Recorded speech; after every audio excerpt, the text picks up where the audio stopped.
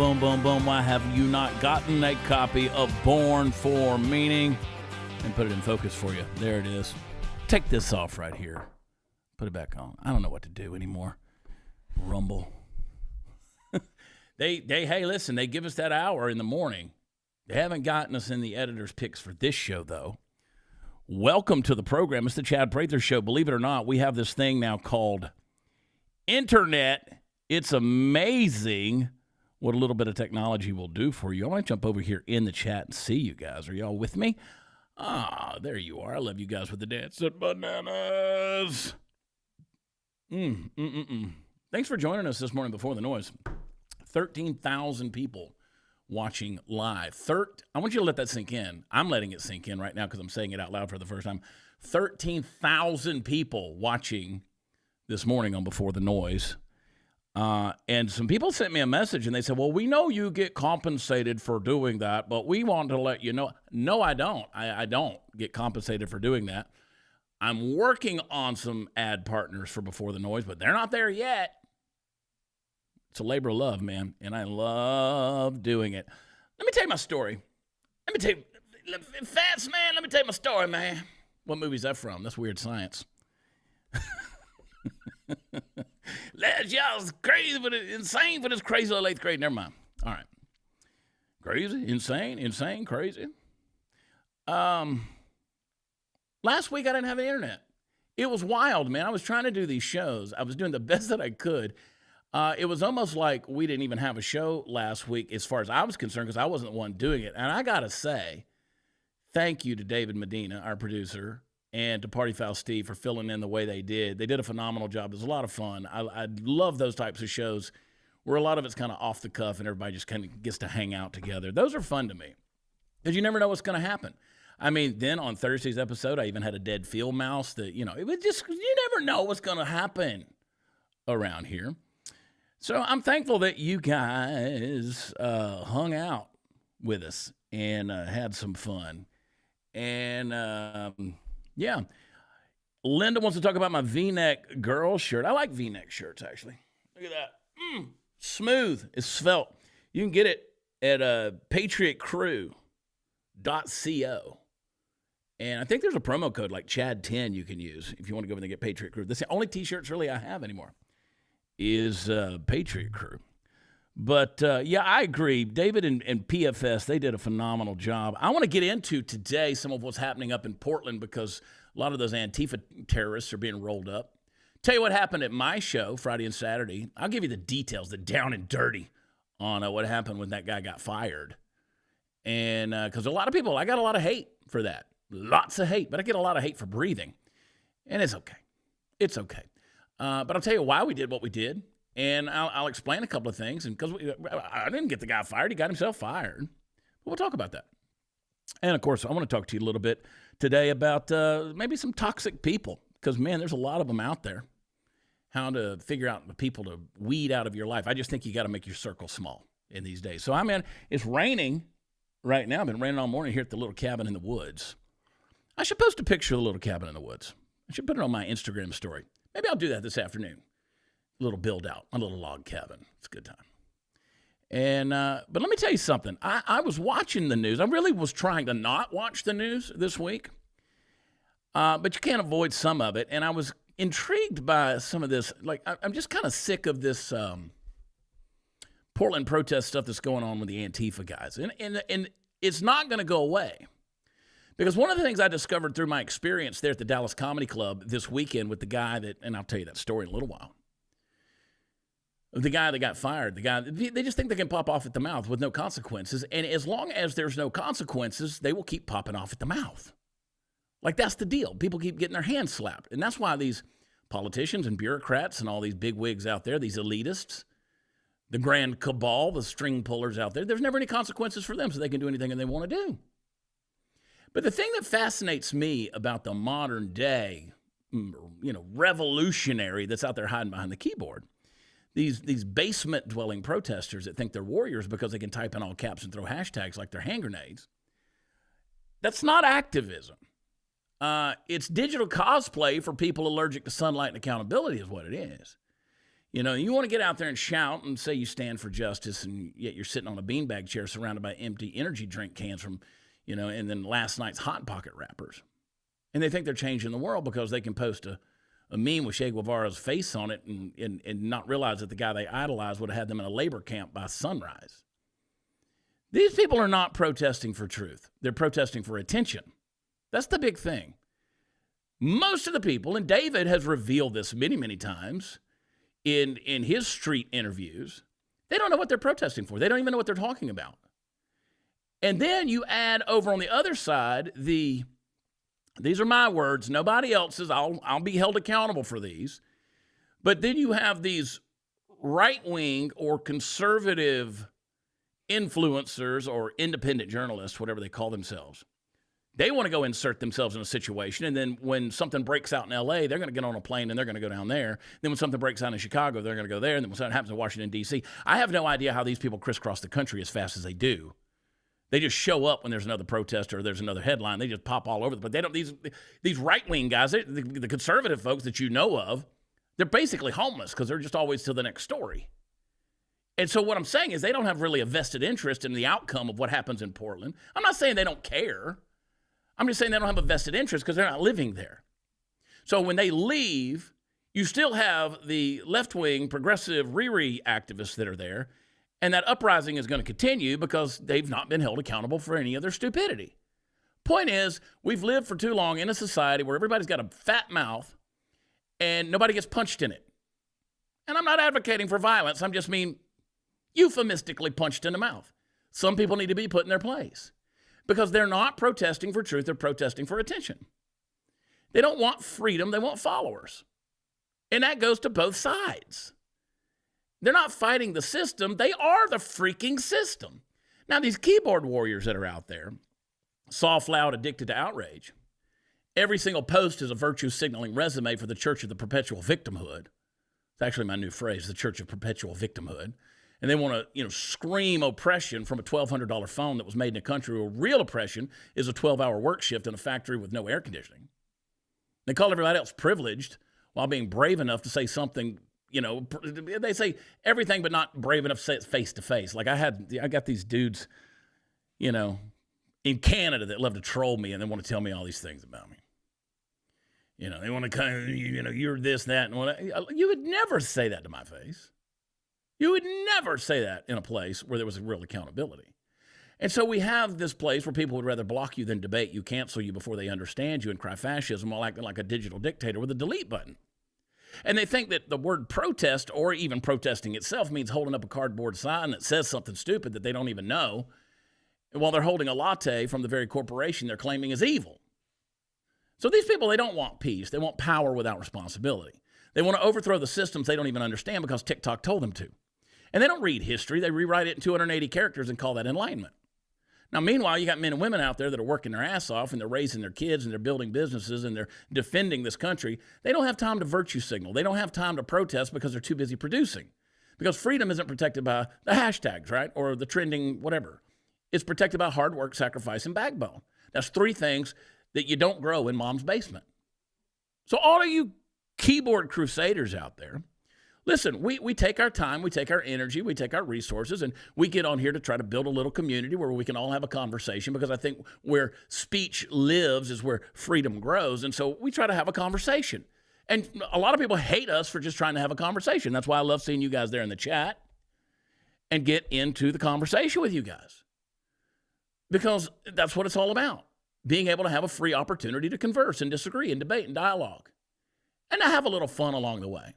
So I say to all you keyboard crusaders out there, maybe before you lecture the world, you should start by cleaning your room and changing your socks and step outside, get a little vitamin D, and then get in public long enough to realize that reality really doesn't care about your feelings. And the world doesn't owe you validation, and your Wi-Fi connection doesn't make you a warrior, okay? How about that?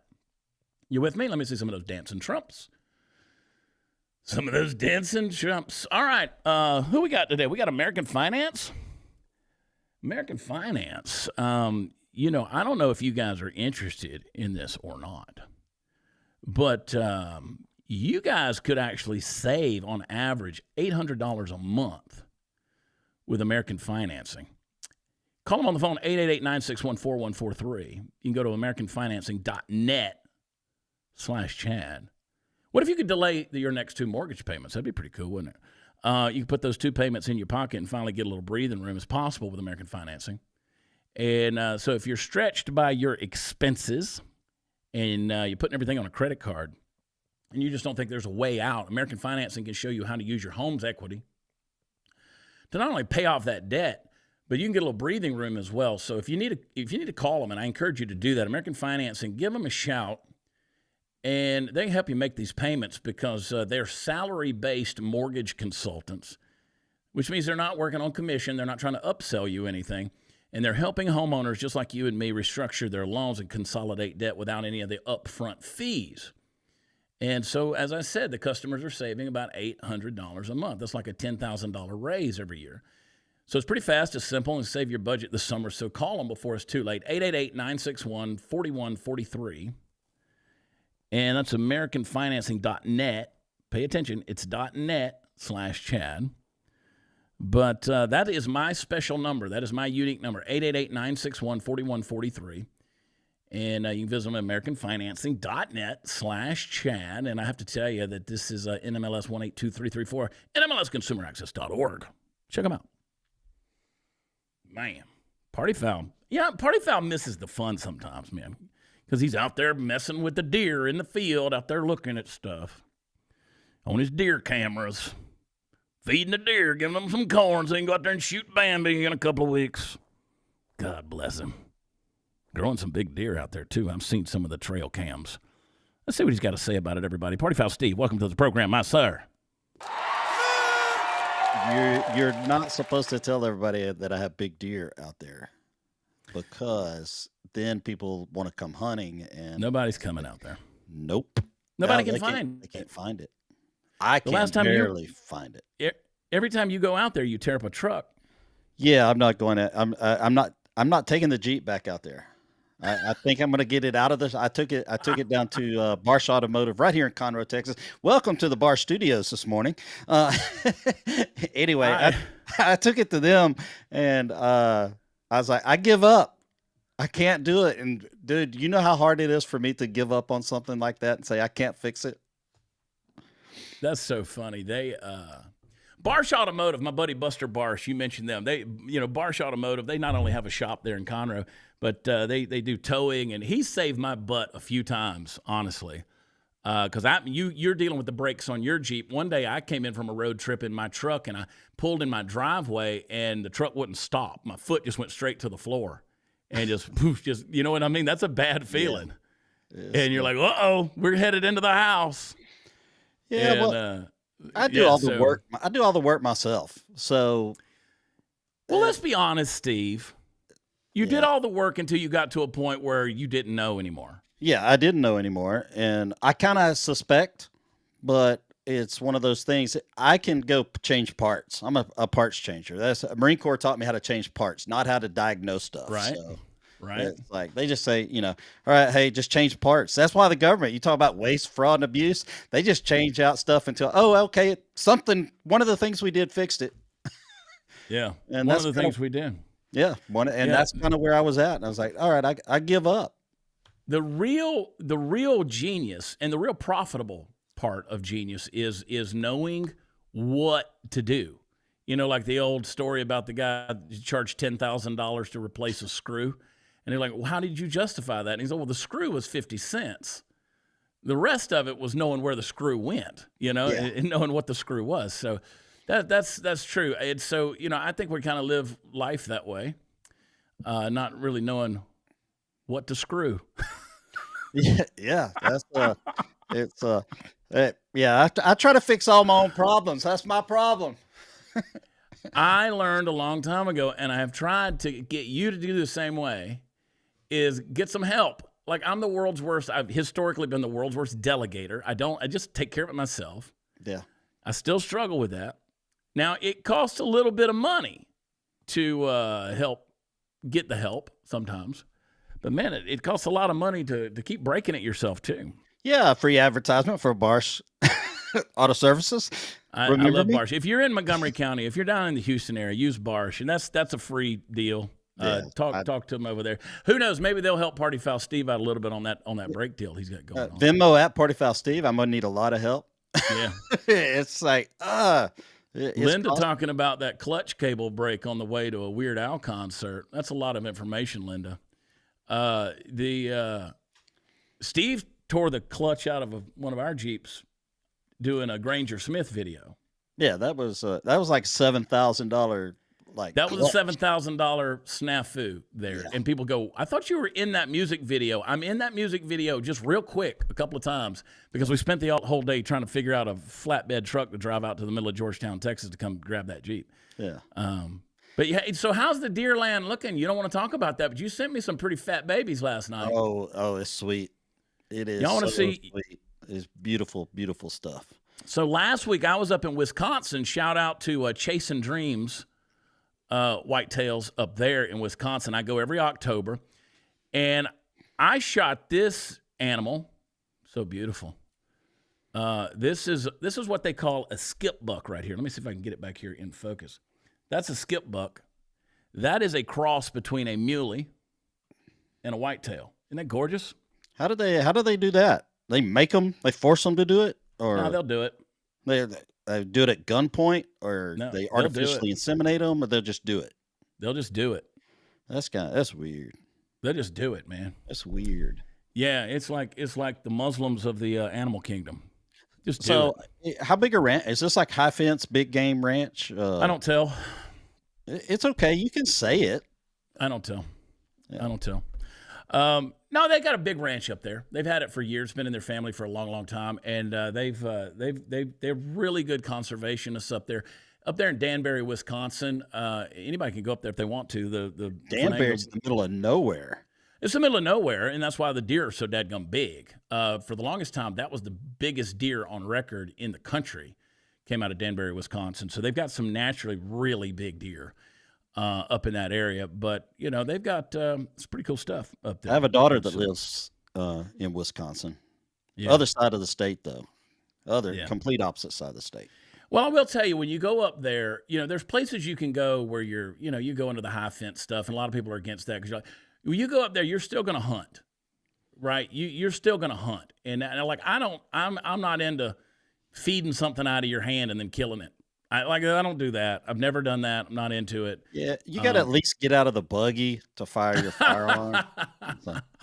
No, people get pissed off about that, and the thing about conservation is it is a fine science, and being able to take care of that. So I love this time of year. I took years away from any deer hunting because I was into archery and I hurt my shoulders, still have bad shoulders, and got away from that. And so then I said, well, if I'm going to start rifle hunting again, I want it to be a challenge. So I started doing a little bit longer shots. I got better at that. I'm a pretty good shot. And make a little more of an adventure out, a little bit of sport out of it. I need to tell you about one of the fallow bucks that I killed up there, Steve. He ran up into a thicket. Fallow bucks they're kind of fallow or hard because they'll run. I mean, they're gone, buddy. And so you got to track them. And so this sucker, they always travel usually in twos, right? And they just take off, poof, they're gone. And so we go up in there, and he got himself up in a bluff on a cliff, and he was about 150, 175 yards off, and I could see that much of his breastbone. I could see that much through the trees. And I got to tell you, Steve, I'm pretty proud of the shot I made with that. Well, I'm proud of it too because I'm going to eat some of it. You're going to get some of the meat on that. So, but now I'm thinking about getting back into do you field dress your own harvest? Absolutely. Absolutely. I got pictures to prove that, Jack. We get covered in that blood. We don't mind it. Right there within 4 miles of where I hunt is the meat market. So I take mine right there to a family owned and operated place that's been there for my whole life. Yeah. Yeah. But I love it. I love to fish. I love to hunt. I love doing all those things. I think David's in our ear. He's like, hey, move the show along or something. You know what? When it's called the David Medina Show, he can move it along all he wants to. That's the way that'll work. In the meantime, we're talking about hunting. That's what matters, David. It's what matters. It is. I don't even know what's going on in the news. I guess C.J. Stroud, the Houston Texans quarterback, I don't think he's going to take them anywhere. I don't think he's that great. But he did give glory to Jesus. Let's get into the top stories here. Let's take a look at this thing. I like this. I like it. I like the little testimony he gave. Go ahead and play this clip. CJ, after last week, everybody was asking what's wrong with Houston's offense, but you told us you guys were good and you were confident. What allowed for this team to put up 475 yards of total offense today? Yeah, first I just want to give all glory and praise to my Lord and Savior Jesus Christ. And without him, I'm nothing. I'm a broken, wretched, sinful man, and he saved me time and time again. And I just put my confidence in him. Whenever I lack self-confidence, I have God confidence. So, but today, man, we knew what we had to do. We knew what we did last week wasn't good enough. And really, we just have faith. It's easy to have faith when it's easy, but when it's hard and it gets tested, you get punched in the mouth. And that happens in this league all the time. What are you going to do? So we had hard conversations. Coaches were hard on us. We're hard on the coaches. We got things fixed, and we got to just keep this rolling. That's life right there, buddy. Punch you right in the mouth, and you got to keep the faith. And it's tough. It's tough keeping the faith. I like it. No, I like CJ. I just don't think he's what the Texans are gonna. Yeah, but I do like the Houston Texans. I like them. I like CJ. I want him to be better though as a quarterback. I got I got a couple of his jerseys, so I need him to be really good. Maybe that's my fault. Yeah, I love it. And then there was the union workers that kind of went after the Democrats over this shutdown day. It's day 27, by the way, of this shutdown. And I see a lot of posts on social media, people blaming Trump. You don't have to. Just quit trying to, give free health care to illegals, and this thing can end, Democrats. They're talking about the SNAP benefits not getting, and so people are going to go hungry. They're going to eat like the rest of us do when we get, when we miss a paycheck or something. All those people that are anti-deer hunting are about to get pro-deer hunting. Yeah. So this is after Chuck Schumer. The largest union has demanded Chuck Schumer reopen the government. Americans are flooding food banks en masse. Now, remember, if Donald Trump is a king and the minority party is causing a shutdown, well, he's not really a very good king. Play the clip. Federal workers waiting in long lines at this food bank in southern Maryland. I would have never thought in a million years that I would have been in this position to have to go to a food bank. Denise Blake says she drove over an hour to get here. When she finally arrived, they had run out of food. We have a cart ready for you out front. Fortunately, she did not leave empty-handed, but she still faces the harsh reality of not knowing how she's going to feed her family while she's not getting paid during the government shutdown. I don't want my daughter to see me crying.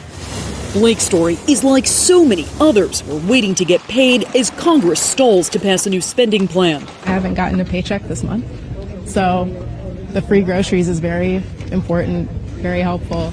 More than 1 million federal workers are not receiving pay right now. Many missed their first full paycheck Friday, while others will feel the loss early next week, depending on the agency. Federal workers. David was in my ear talking and said something that I was going to bring up. I don't know why these news people, particularly women, have to go into that newsy voice. Why do they have to do that? I really can't stand it. I get on to Brianna Morello all the time for talking like a news person. Chad, my son, he kind of laughed at me because we have 3 months worth of food in our pantry and 3 months worth of non-food items. It's for times like that. And I don't work for the government, but there are times where you have to, when things are good, you got to build up for not just money, not just cash money, but food and the non-food items. And I was on emergency food stamps about 30 years ago for about 2 weeks, but they gave me 6 months worth. We ate better in that 6 months on food stamp than we did the rest of the time because that's how much the government gives out. Yeah. You can eat pretty good. I've been in emergency situations where thankfully we had stuff stored up. I mean, I've been in those situations. I've also been broke and poor and had to deal with things. These federal workers, they're going to get back pay. Yeah, but still, I hate that they're in this situation because you need it right now. And, this is where really we've got an opportunity to minister some people. My heart goes out to them. Everybody wants to paint me as some kind of heartless guy because you got that guy fired on Saturday or Friday night. No, I did. He got himself fired. And there were several people that are friends of mine came to me and said, dude, you could have handled that different. I said, I didn't handle it at all. I heard what he said. I said he doesn't. Can I just say, Can I tell that story real quick? So we were at the Dallas Comedy Club, and Friday night there was a bartender there. That's in Deep Ellum. That's Dallas, Texas. It is woke of woke. Not my kind of venue where I normally am at. And our people are coming in there. We got a pretty good audience in there, and there's a bartender there. There's a guy, quote, comic who comes in to do whatever, open mics. He's sitting there at the bar, and him and the bartender start going back. They're looking over at our merch table where the girls are working, and, we've got conservative slogans on there. Jesse Payton's got a shirt with Trump on it that says Daddy's Home, that kind of stuff. And they start talking about the pedophile merch. Look, what they're selling. I didn't know I was going to come into a place and I got to sell pedophile merch tonight. And so when I found out that's what happened, I called the GM, and we said, hey, dismiss him for tonight and tomorrow night. Dismiss him, send him home. We don't need that. He's not going to make money off of our audience being here, making money off of them. So he went in there and did that. Well, the guy showed his ass, threw a little tantrum over it, and they were more than ready to fire him. So they did. I think we handled that fine. We're not going to be called pedophiles. We're not going to be referred to as pedophiles. We're not going to be called all those things, and then you make money off of our audience that we bring in there.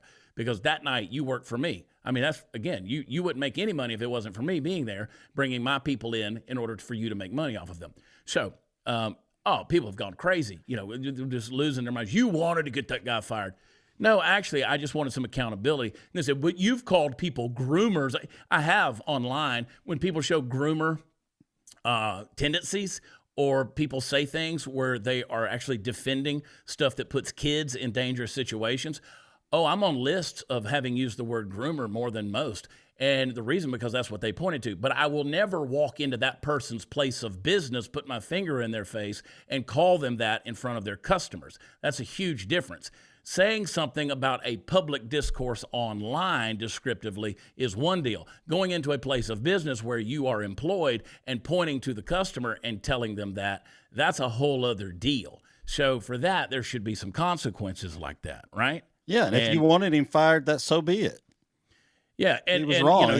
Jesse was like, I want him fired. Yeah. Jesse's like, I want him fired. I don't want him to get SNAP benefits. I hope he never works again. I hope his kids grow up to think he's a loser. So, again, you're just not going to do that, because the game has changed after you shot my friend Charlie. The game has changed. We're not going to put up with rhetoric that's going to lead to potential warfare and violence. I mean, we're just not going to do that. And so that's what happened on Saturday night. And I'm okay with it. I'm down with it. Because, again, it's not like you said something online. You said something in the presence of people who were there to enjoy, they were consumers, that you were an employee there, and it's not the deal. And your audience is tipped very well, Chad, and they spend money. They spend money. And when you go into a comedy club, it's usually a 2-drink, 2-item minimum, so that means you're forced to buy something when you're in there. So, because again, comedy clubs aren't they're restaurants. They're restaurants. At the end of the day, they just happen to have a stage at the end of the room where they get to entertain. So Trump, speaking of this, Trump just knows how to push the buttons, man. He's teasing a third term again. The Democrats and the media absolutely losing their minds on this. And Trump just knows how to trigger them, man. Play the clip.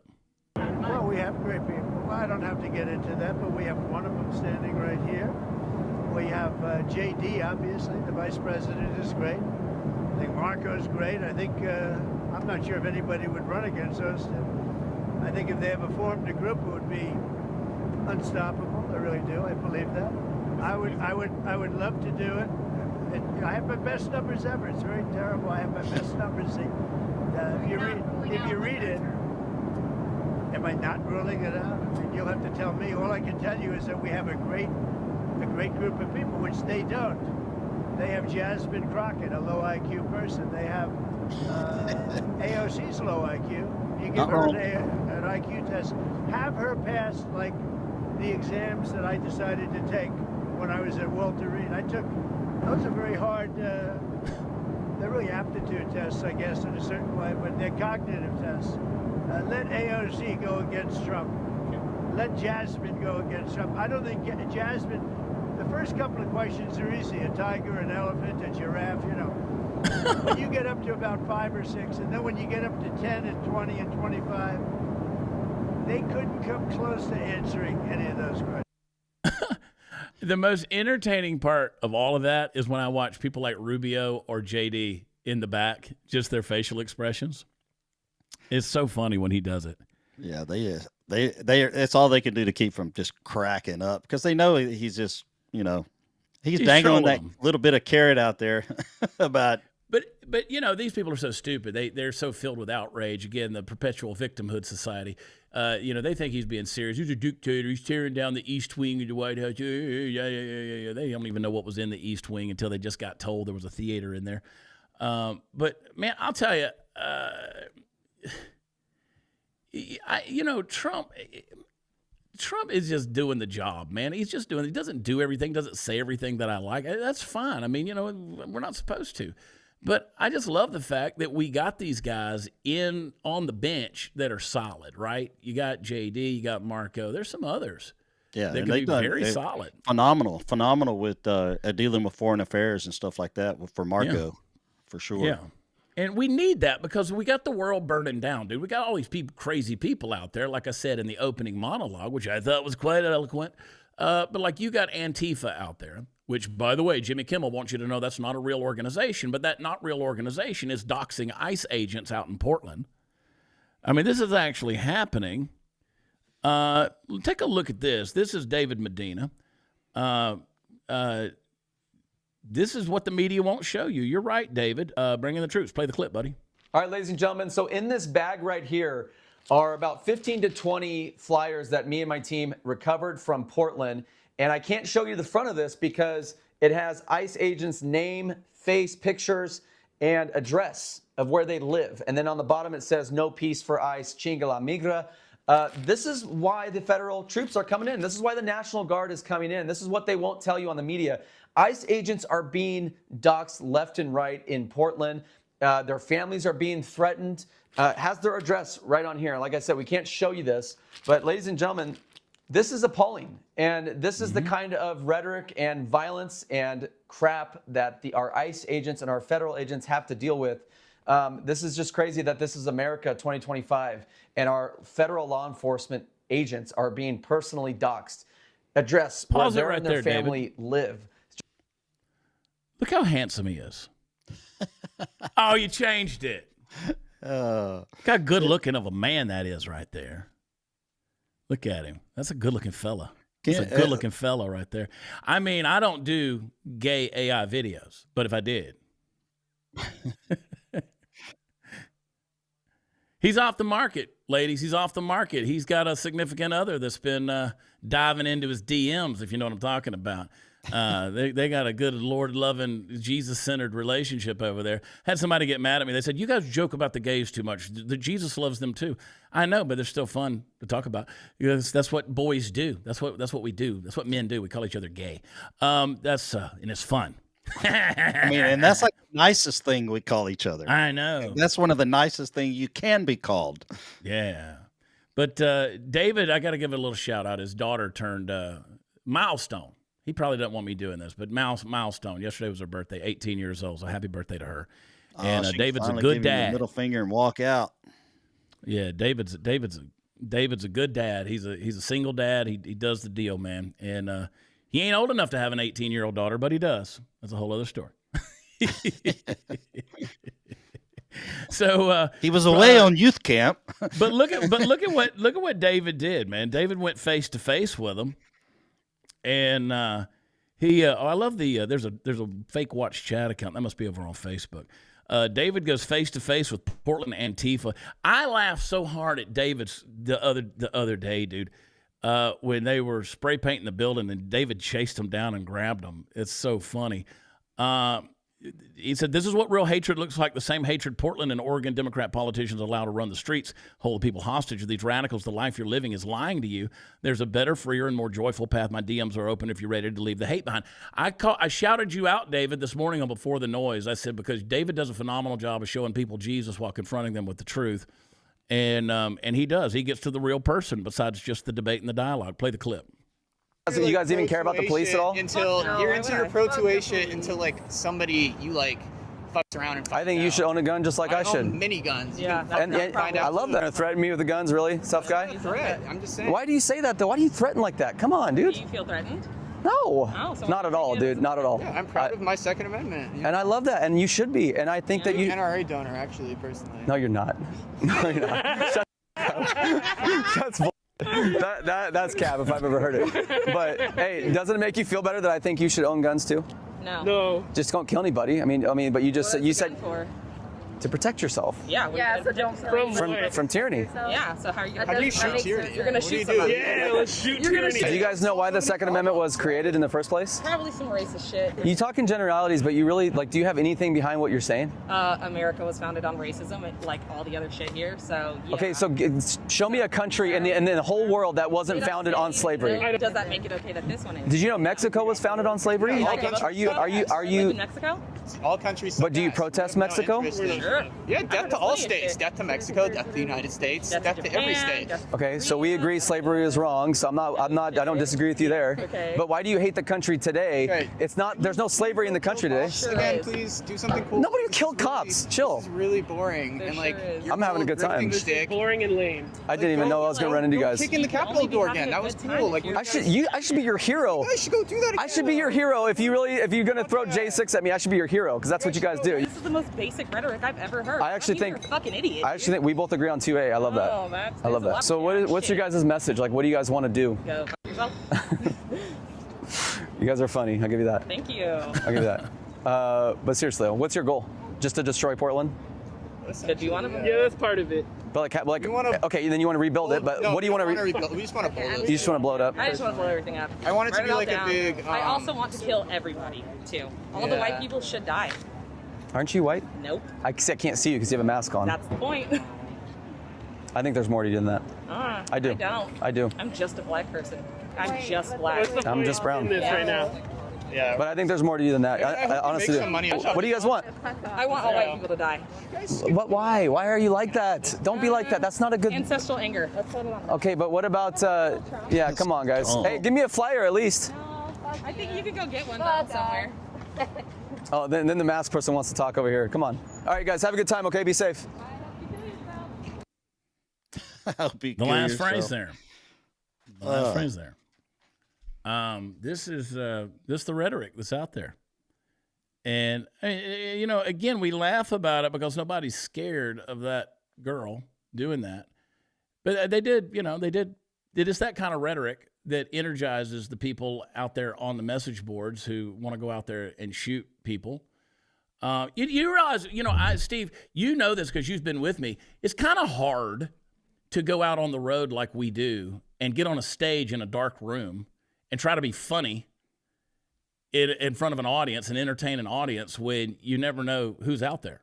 Yeah, you don't know. And it's always been one of those things it was always kind of, scary, especially when we went into some of those cities that were more liberal like that and the outspoken, the threats and stuff online.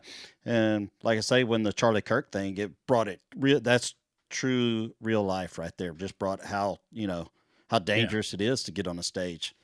And well, it is. I mean, so when I walk into a room, I've always had my head on a swivel, but now you're looking at everything, you're watching everything. I have people that want to stop me as I come into a building if they see me and they want to, hey, can I take a picture with you? I'm just like, I don't want to be rude, but we got to go over here.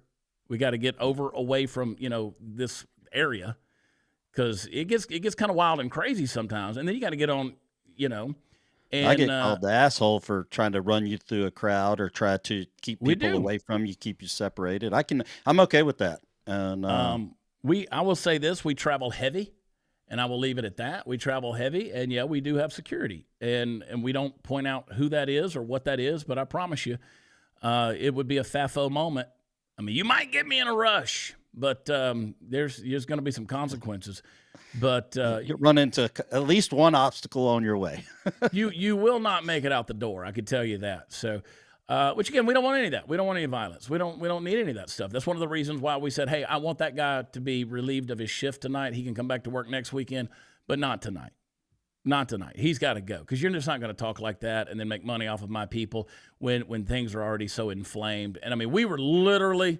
And I hate using this term, but we were behind enemy lines, okay? I mean, we went into a place that I can't believe they booked us. We went, because again, and people say, why do you go to places like that? Well, I'm really not touring anymore, but every now and then I'll go to a place that is kind of reaching across the aisle that'll let us come in there just to see if maybe we can have a conversation, even if it's under the context of doing comedy or music or whatever it may be. But I'm getting to a point now where I'm very selective about where I go, because there's so many of the live entertainment venues are run by progressive and woke idealists that you just can't get along with. That's why I'm looking forward to November 13th. We're going to be doing some music and some fun stuff down at Do-Si-Do in Spring. So get your tickets, come to that. We're doing the music festival. It's me, and I think the next night is Aaron Watson down in Seabrook. We got a lot going on. So yeah, come to shows like that and have a good time. But you want to sit there like this girl's David's interviewing, and I'm so thankful. First of all, David's got the biggest balls on the planet. He just does. And, he goes out there and he engages and he talks with these people. And they're like, well, I hope you kill yourself. And, talks to them, puts up with it, and tries to get to the bottom. But they never have an answer for him. That's the amazing thing to me. What were you saying? That's a bunch of lost kids that have found community in that way of thinking. Well, there's a lot of brainwashing that goes on. It's brainwashing on the part of the parents, the education system, a lot of it. So starts online. But they're starting to get, and it does. A lot of it's online. And the parents haven't engaged their children, haven't processed them through whatever's going on in life. The Portland police is now moving in on Antifa. They've destroyed the encampments.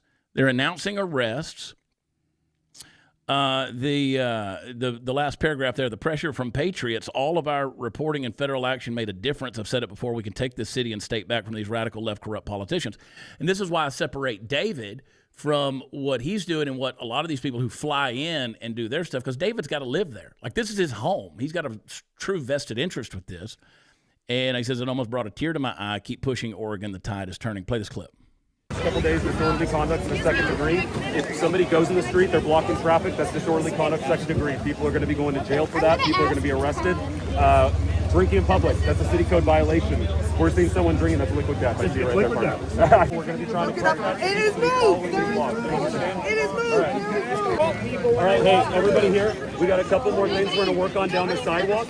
They are working on opening this up. We're going to come back and check on it. We need people to bet their ability. The sidewalk is... Excuse me, guys. Excuse me. Yep. Thank you, sir. We are going to opening it, but we are going to be coming back to make sure that it's open so people can use it, okay? Thank you. All right. Is there any way you can get the crowd away from this? So that we need the crowd to move so that we can get the sidewalk clear. We will clear the sidewalk. You guys have somewhere you guys can bring all this stuff? Yes, we need the crowd to move those so that we can do it. All of it. Things do not change. There will be arrests made. Sidewalks.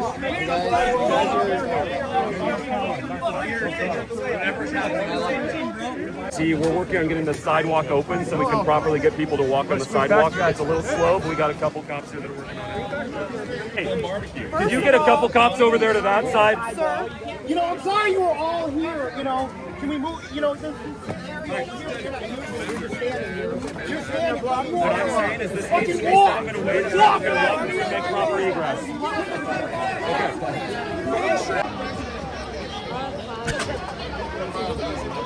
I want to know if they can put that in the bag any better than I can out at the beach.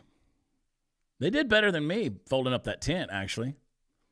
They got to roll them up, dude. I mean, they just do, because, this is so unorganized, and the chaos is just going to continue with something like that, because, again, there's never any consequences for something like that. Pinheads, I tell you. Pinheads. In fact, let's get to the pinheads of the day, Party Foul Steve. There they go. AOC, she does like 15 different accents. First of all, anyway, I'm not going to say anything. Like 15 different accents in this one little clip. She's pandering. Play the clip. Jews escaping Holocaust, Black Americans fleeing slavery and Jim Crow, Latinos seeking a better life, Native people standing for themselves, Asian Americans coming together in Queens, in Brooklyn, in the Bronx, in Manhattan, in Staten Island, in this country. Latinos.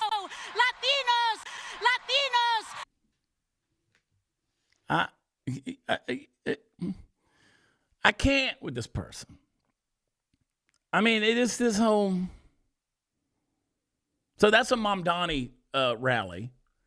New York has got to just let me just tell you something. I was texting a minute ago. Somebody was asking me about Mom Donnie. Let me see here. I'm going to look this up. Let me look it up here. This is one of those things. Mom Donnie, pull this thing back up here right here. Hang on a second. Open communist. He's an ally of Islamic extremists. He called America incomplete and contradictory. He called the New York Police Department racist and a threat to public safety. He wants to empty out New York prisons. He pledges to refuse to cooperate with ICE. He would cut 1,300 NYPD officers from the force, demolish the New York gang database. He's openly defund the police, proposed higher taxes for white neighborhoods, opposes the Second Amendment, supports taxpayer-funded transgender surgery, supports funded legal defense for illegal immigrants, refuses to condemn the global Antifa, and defends prostitution. That's all you got to know. The list goes on, but that's ultimately all you got to know. I mean, just absolutely. And then she's going to go off and do this thing. He wouldn't piss in her ear if her brain was on fire, first of all. And here's another one. You think, let me show you another pinhead. There's this thing going around on TikTok right now, Steve. I don't know if you've seen it, about the jack-o'-lanterns. No, I haven't. Black influencer says Halloween is when white people cut off slaves' heads and put candles in them. That's historically not true. Play the clip. Everything. I'm gonna need y'all to be careful with how y'all celebrate Halloween, because pumpkins really indicate how they took the slaves' heads and skulls and put lights inside of them, just like how they'll do a jack-o'-lantern. So be careful how you celebrate these devilish white man holidays. Halloween is Devil's Day. I'm telling y'all. Pumpkins are a symbol of what they did to our people, indigenous people, brown-skinned people. They put fire inside of their skulls and lit it and hung it from trees. So do your research before you think a pumpkin means. Yeah. Anything we can do to make everything a white person does racist. Again, there's not one single shred of historic evidence in that. That was actually a Celtic thing. As an Irish folk tale of Stingy Jack, a man who tricked the devil and was condemned to wander the earth with a glowing turnip as a lantern in his hand. And now they went from the turnip to the pumpkin. And besides, so when Irish immigrants came to North America, which, by the way, they came in slavery. When it came to North America, they used pumpkins instead of turnips because the pumpkins were more prevalent. And yeah. So anyway, that's. I think we drank from our enemy's skull. That's about the only thing we did with skulls, right? I mean, I don't know, but I'm sure we've done a lot of things. Read the stories. But that was literally nothing with that. But again, if it's on the internet, it's got to be true, right? I mean, that's the whole deal. And that's ridiculous. Absolutely ridiculous. But good Lord, my phone is blowing up. Liberal influence says he'll drug MAGA kids. Check this thing out right here. I mean, what is wrong with these people? If I see any child dressed up in some MAGA type of costume, this is a little worm I'm going to be giving my special fentanyl-laced candy, Antifa action. Just play the clip. All right, so this is what we're doing. Okay. All right. This says, if I see any children dressed up in some MAGA type like costume, like this little worm, I'm going to be giving them my special #fentanyl-laced candy. #Antifa action. Okay, well, so for everybody, there you go. This shouldn't matter whether you're Republican, whether you're Democrat, whether you're independent, whether you don't give a shit about politics. Antifa against America. That is what we have. And yet they claim that this is anti-fascism. No, what you are is a direct domestic terrorist. Mm-hmm. And I'm going to tell you what. You're going to start opening a can of worms that you don't want. I can assure you. So, here we go. Right. I mean, if you're claiming that you have possession of fentanyl, that's enough right there to get the FBI involved. So if you go to that account, it's can't really see it. Yeah, can't they arrest them for the threats? And well, they can, but that's it's a terroristic threat. So that account, Janko Unchanged, that account is suspended, but it's got to go further than that. It's got to go further than this, right? There needs to be some serious accountability on that. And so everybody wants to come at me again online and talk about, oh, you got a guy fired. It's like, no, this is the BS that we're consistently dealing with here. That's just absolutely ridiculous. And we're all done putting up with it, and that's just the thing that there's got to be some consequences on this. There's been like 26,000 arrests since the Trump DOJ took over, but we don't really talk about that. I just want there to be enough. I just want there to be enough judges to be able to handle it without being some woke progressive Riri judge. You're just going to slap them on the wrist and turn them loose with a cashless bail or something like that. You know what I mean? Yep. But here we are, man. This is the world that dude said that. Freaking dude said that. You should be in prison for life, dude. You're a wood chipper at that point. So, it's just, it's stupid. Steve, you good? I'm gonna save my closing thoughts. We were gonna talk about toxic people and how to get them out of your life. I'll save that for my closing thoughts. But you've been out in the let's see, the ER Hartley 62. Don't black people carve jack-o'-lanterns too? I think they do. Pretty sure they do. What do you guys think about the set? Pull out to a full deal. I've been messing around with this set. Every set I ever build is like a temporary set because, again, we're building the little cabin in the woods. Go full screen on me, David, if you can. David might be over there taking a dump somewhere. He might be confronting Antifa. I don't know.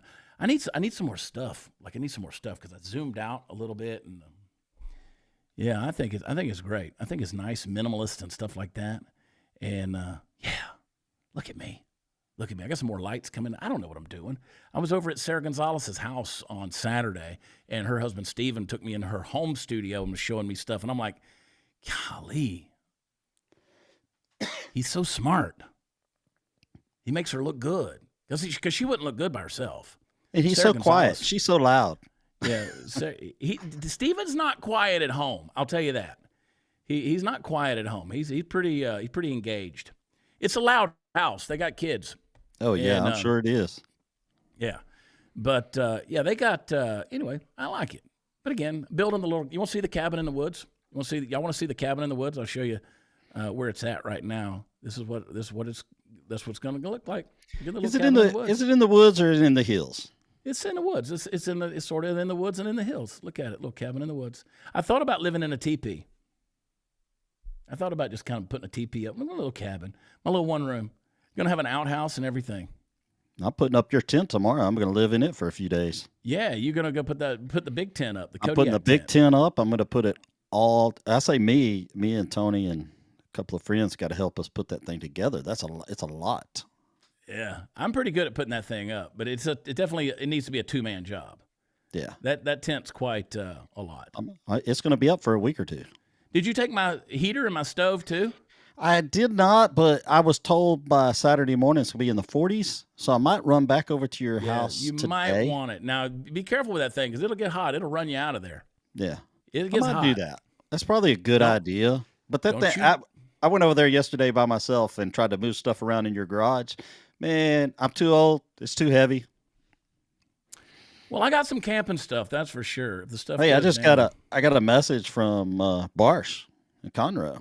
Yeah, what'd they say? Pointing out everything I did wrong. Something about my caliper. I got some calipers that are upside down or something. I don't know. I may have put the wrong stuff. I ordered a big brake kit on it about 3 years ago, put it on there, and it worked fine until Steve, that sounds like it's going to be expensive, brother. Yeah, probably so. Sounds like it's going to be expensive. Fix it and sell it. Fix it and sell it to pay for it. How about that? Yeah. Anybody want to buy a Jeep? My last Jeep. Yeah, buy a Jeep from Steve. Anybody want to buy a Land Rover? I might sell that too. I got that 96 British automotive sales. Scared the crap out of Steve. I was driving that thing the other day, and he was over on the left side where there's no steering wheel, and that traffic was coming awful close to him. And well, those your pants those hills and those roads to the cabin are so windy, and I was on the wrong side, oncoming traffic, and I don't know. You're misjudging the other side of the vehicle. It's scary. It gets you a little bit too close over there. Yeah. So anyway, Oh, boy, oh, boy. All right, Party Foul Steve. Y'all follow him at Party Foul Steve. Follow David Medina at David Medina PDX. We're having a good time. Make sure you join me before the noise. Let's get into this right here. Let's get into Chad's final word. I can't tell you how important it is that you remove toxic people from your life. You got to choose peace over poison. Now, I'm telling you this because we're living in this day and age where we have family members even that sympathize with some of this protest and stuff. I've had a lot of folks that have reached out to me in recent days. They want to have a conversation about, this supposed oppression that's going on in our world. People are really letting themselves get poisoned, and that's their choice. But it's your choice as to whether you're going to let poisoned people stay. And so I'm encouraging everyone, make your circle smaller. Like really, these days, you get older, that's easier to do. But get serious about who you allow into your life. And don't believe everything you see online. Don't believe everything that I say about my personal life either. Don't interpret reality from social media. But here's the thing. There's some people who can walk into a room and just kind of instantly change the temperature of it. And it's not because they're bringing warmth, but because they drain the life out of it. You can feel that, and there's a heaviness and there's a tension, and your spirit and your soul just kind of sinks when their name pops up on your phone. And folks, that's not a coincidence. That's actually discernment happening inside of you. It's your soul saying, this person's not good for me. Now, I want you to, there's a lot of people out there. And the reason I'm bringing it up is I get a lot of messages at beforethenoise.com. And people are talking about the toxic people in their life. And we've all got some of those folks that come around. And I know you're supposed to love people. Everybody's got to be like David Medina and love everybody out on the street. Dave gets frustrated with them too. I'm just giving him a hard time. But I'm not called to be anybody's punching bag, because you can forgive somebody and still choose not to let them sit at your table anymore. But peace is expensive. Toxic people pay with a counterfeit currency. They'll take your joy, they'll take your time and your focus. They'll call that love. But love doesn't drain you, man. Love is supposed to build you. If you got somebody in your life that drains you, your blood pressure goes up anytime you're around them. It's time to cut some boundaries, okay? Because sometimes God needs to remove some people from your life because they're blocking the blessing that he's trying to give you. And sometimes he's waiting on you to do the removing. He's saying stop watering dead plants, because the longer you keep explaining and entertaining the toxicity in your life, those people are going to, the longer you delay, those people are going to, they're going to screw up your own healing in life, all right? And the hard truth about all that is some people thrive on chaos. What we're seeing in Portland, what we're seeing on the streets, what we're seeing in these protests and these rallies is there are people, and there's people who do it, they get off on it online, they thrive on chaos. They'll argue over nonsense just to keep your peace unsettled. Like that makes their day. And so they'll play the victim while stabbing you in the back. They'll, twist the truth, twist loyalty, twist your words, anything to avoid looking in the mirror at themselves. And the moment you call out that dysfunction, they were never interested in a real engagement anyway. They weren't interested in real discussion. You call out their dysfunction and suddenly you're the problem. You're either too sensitive or, oh, you must be triggered by what I'm saying. No, actually, I'm not. I'm trying to just understand what the heck you are saying. But everybody's got to be healthy enough to set their own boundaries. And I want to tell you how to do that real quick before we get out of here. You ready? I'm going to tell you. How do you remove people without losing your mind and without losing your own compassion? 1, recognize the pattern. If there's an interaction that leaves you exhausted, anxious, or questioning your own worth, that's a sign, okay? 2, stop negotiating your peace.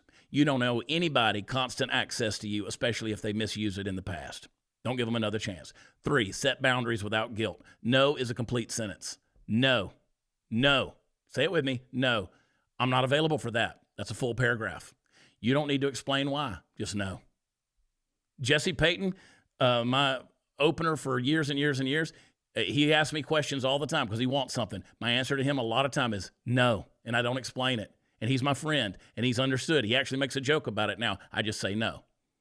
The next thing is I want you to detach emotionally. Detach emotionally. That doesn't mean you stop caring. It means you stop allowing their chaos to dictate your calm.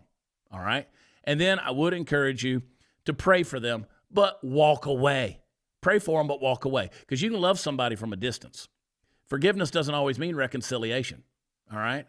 Bible says, Proverbs 13:20, walk with the wise and become wise, for a companion of fools suffers harm. And it doesn't say hate the fool. It just says don't walk with them. And some of you are suffering not because of what the devil's doing, but because of who you keep walking with. You want to know why your purpose feels stuck? Because you're trying to drag people who were never meant to go with you. They're dead weight. And you can't heal in the same environment that made you sick. You can't hear God clearly when you're surrounded by constant noise and the crap that people are putting out there.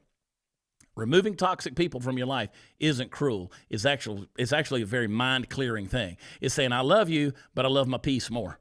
I love my calling more. I love my purpose more. I love what God's doing in me more. Because at the end of the day, peace is not the absence of problems, it's the presence of those boundaries. And sometimes the holiest thing you can do in your life is walk away and let God handle what you no longer have the grace to carry. I'm giving you permission to do that. So if you've been feeling guilty about cutting somebody off, and you know why I'm saying it? Because we're coming into the holiday season. That's another reason I'm saying it. We're coming into the holiday season, and you're dreading it because you know there are going to be some people who are going to try to come around, and you don't need those people to come around. That's why suicide rates go up, depression goes up, anxiety goes up around the holidays. I don't want that to happen in anybody's life. I don't. So if you're feeling guilty about cutting somebody off, don't. You're not being heartless. You're being healed, folks. You're being healed, and that's okay. That's okay. I don't care how close you are to that person. Throw that dancing banana in there. Sometimes you got to create those boundaries, man. Hey, have you gotten my book, Born for Meaning? I want you to get it. I want you to get it. It's helping a lot of people. I'm getting a lot of messages over. I'm popping into my inbox. And you can send me a message before the noise. Somebody said, beforethenoise.com, somebody asked me, they said, where do we send the prayer requests? Literally right where you sent that message. That's where you do it. So there's a message board over there. You can hit that thing. And I'm praying for people. Having a good time doing it. I want you to pray for me. Last night I got a little heavy. Yeah, Sundays suck for me. I've told you guys, if you've been around for any length of time, Sundays suck for me because I come off the road. You know, I've been in the noise. And then now you're just quiet. And it's like, ooh, how do you calibrate the quiet? It's hard to do. And now you got to start the week over again. Anybody else kind of ever feel that way where Sundays are like, oh, got to start over again? But Monday morning comes, I'm ready to rock and roll. So I'm glad you guys are here. Thank you. Hit subscribe on my Rumble channel, YouTube channel. Leave us a rating and review where podcasts are offered. Go listen to the shows over on Apple Podcast. And stay tuned because we got some more clips that will come out later on today. They'll be on YouTube and Rumble. Some little show shorts that we put out, some other stuff based on the headlines. My friend Grover Norquist is going to join me this afternoon at 3:30. Going to talk to him about some things that are going on. That clip will come out in the next couple of days. And, so anyway, got a lot going on. Having a good time doing it. What else is there, folks, besides the dance of bananas? But it's like those dancing bananas. All right, we're on the hour, so I'm going to let y'all go. Cut those toxic people out of your life, okay? Pray for our country. Pray for me. I'm praying for you. Party Foul Steve would love some of those prayers, too, and I'm sure David wouldn't mind a few himself. All right, I'm getting out of here. Beforethenoise.com, watchchad.com. Get your tickets. Come see me at Do-Si-Do down in Spring, Texas, and then in Seabrook as well. Lots of stuff going on. But, yeah, that little clip right there, Before the Noise, I'll be there 7 Central tomorrow morning. We just finished the book of John, chapter 15. I said that we didn't finish the book of John. We finished chapter 15, moving into 16. We're going to start moving quick. And we're trying to figure out which book we're going to go into next, all right? All right, I love y'all. God bless you. Have a fantastic afternoon. It's a Monday, man. Make the most of it. Until tomorrow, take care of yourselves. See you then. Bye.